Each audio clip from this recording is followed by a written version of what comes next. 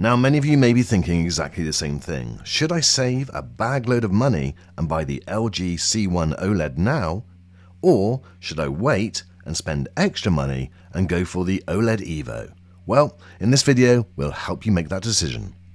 Don't forget to hit the red button to subscribe and give this video a thumbs up and click the notification bell to get my next video first. So I bought the LG C1 when it first came out last year, and this year I've already pre-ordered the LG C2 48-inch model because that's the only one available to pre-order right at this moment. And when it arrives in probably 6 or 7 weeks, I will do a full comparison review. However, let's look at some of the differences now, because it may well be that the LG C1 is the perfect TV for you.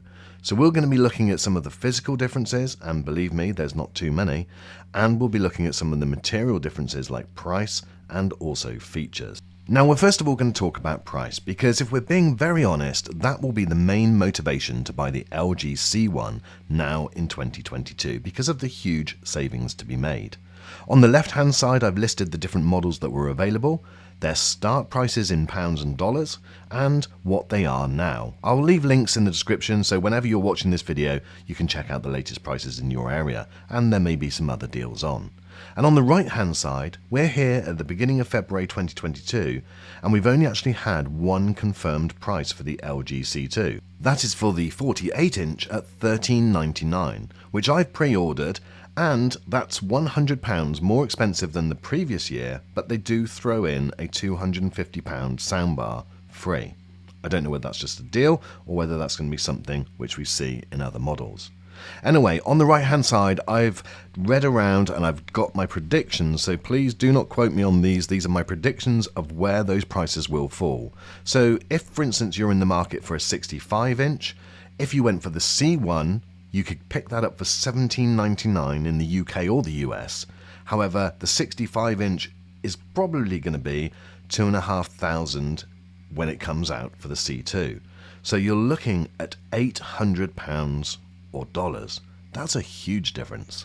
One of the key features this year that I'm really looking forward to testing is the brightness difference in the different models, because the 2022 C2 has for the first time got the Evo panel, and it's meant to be about 30% brighter. All of the ports are going to remain unchanged. There's still going to be 4 HDMI 2.1 supporting 4K at 120Hz, and they'll all support 48 Gbps. Now, the C1 was fully loaded for gamers. It supported auto low latency mode, variable refresh rate, it had G-Sync and FreeSync compatibility, and that is going to be the same obviously with the C2. So in terms of the features, there's not that many features different on the newer model. Now, one thing that is a little bit confusing this year is the stand that comes on the C2, because it looks like it could be completely different depending on whichever size you purchase. Last year with the C1, it was very straightforward. We had exactly the same stand on all versions. So I went on the LG simulator website, and here you get to look at the 83-inch, the 65-inch, the 48-inch and the 42-inch. Not sure why the 77 or the 55 aren't there, but all 4 of these have got different stands. You've got the 65-inch with the central stand, which looks a little bit like the old Samsung stand. The C2 48 is very similar to last year's model, as is the 83-inch, and then the 42-inch is with the feet. Now, that I can understand, it will be the cheapest of the lot, and so therefore it's not so important. But when you look at all 4 of them together, there is a lot of confusion. So I'm wondering, what is the 55 and the 77-inch going to have for a stand?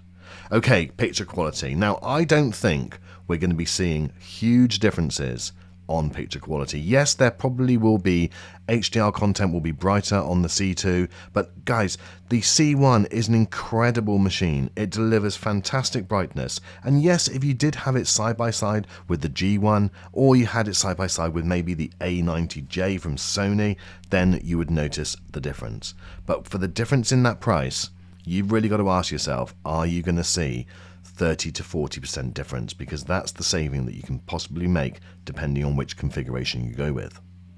Now, I do know that a lot of people are very excited about the 42-inch version. I can understand that because it's the first time that LG or anyone has produced a 42-inch panel, and that for gamers is going to be an absolute godsend. It really is going to be very exciting to see that. However, if you're in the 48 to 83 inch range, then you've got the same choice as last year. You've just got the improved Evo screen. I'd be really interested to know what your thoughts are. Are you waiting or are you pressing the button now? I know with comments on some of my other videos, a lot of people have only just picked up the C1 in the last few weeks or few months because the price has come down so much.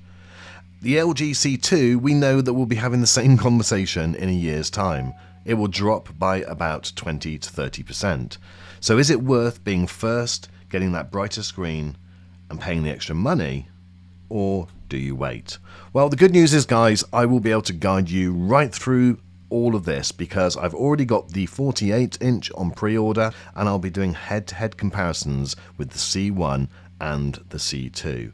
And as always, I will give you my 100% honest thoughts. We will obviously do pre and post calibration results, showing you the differences and how well they do against each other. When we did that on the C1 last year, well, the results of the two were minimal. These TVs are so good out the box, it doesn't necessarily need calibrating. So guys, this video is not about comparing the C1 with the C2. This video is about should you buy the C1 in 2022. And so I'm going to do a fairly lengthy summary for you because I think it's important if you're considering spending this type of money that you really consider what use you're going to be getting out of the machine. Now, first and foremost, the LG C1 was my favourite TV of the year last year. It was absolutely stunning. It's got the most incredible picture and there isn't really any fault. It serves the gamers, it serves movie buffs. Okay, some people will say there are brighter TVs out there, but when you've got it in front of you and whatever you're watching, I promise you, you don't really notice it. The only criticism I've got of the LG C1 is if you're in a very bright room and you've got the TV opposite a window, you will get reflections. And so that is really a consideration of whether you go for an OLED or whether you go for an LCD. This year it's going to be interesting because we've got the Samsung QD OLEDs coming out and they have got a better anti-reflective coating, and so therefore we'll have to look at how good those are. So that's the only negative I can find with the C1. We know that the C2 is going to be brighter, but for that brightness, and really I think it's probably only the brightness that you'll really be able to tell a difference, you're paying maybe a 30 to 40% premium. And so therefore it's going to be about the budget. If you want to spend a certain amount of money, is it worth you actually going for the larger size? For instance, if you were in the market for a 65-inch C2, well, you can probably definitely get the 77-inch C1 or the 83-inch C1. And likewise, if you were thinking about buying a 48-inch C2, well, pick up the 55-inch C1 or the 65-inch C1. It's going to be similar type of money. The picture quality is going to be amazing. You're going to absolutely love whichever way you go on this.